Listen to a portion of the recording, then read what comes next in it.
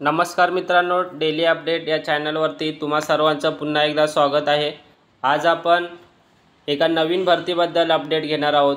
तर अशाच नवनवीन अपडेट करता डेली अपडेट या चॅनलला सबस्क्राइब करा व व्हिडिओला जास्तीत जास्त शेअर करा।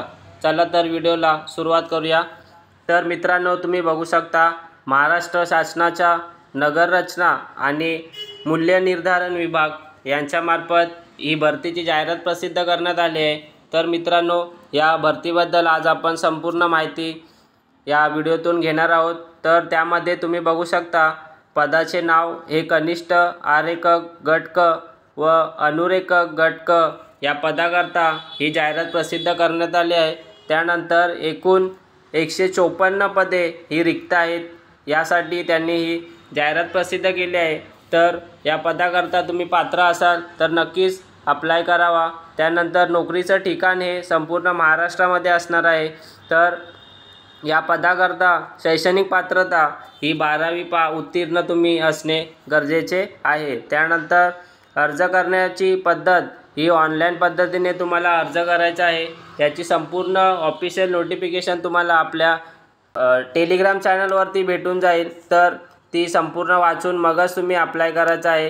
त्यानंतर या पदाकरता वयोमर्यादा ही त्यांनी खुल्या प्रवर्गाकरता किमान 18 वर्ष पूर्ण असावे व 38 वर्षापेक्षा जास्त नसावे अशी वयोमर्यादा येथे यांनी ठेवली आहे।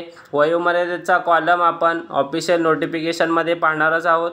त्यानंतर परीक्षा शुल्क हे खुल्या प्रवर्गातील उमेदवारांकरता 1000 रुपये असं परीक्षा शुल्क इथे ठेवण्यात आले आहे। तर राखीव प्रवर्गातील उमेदवारांकरता 900 रुपये हे शुल्क ठेवण्यात आले आहे। तर माजी सैनिक जर तुम्ही असाल तर इथे कोणतेही परीक्षा शुल्क तुमच्याकडून आकारले जाणार नाही।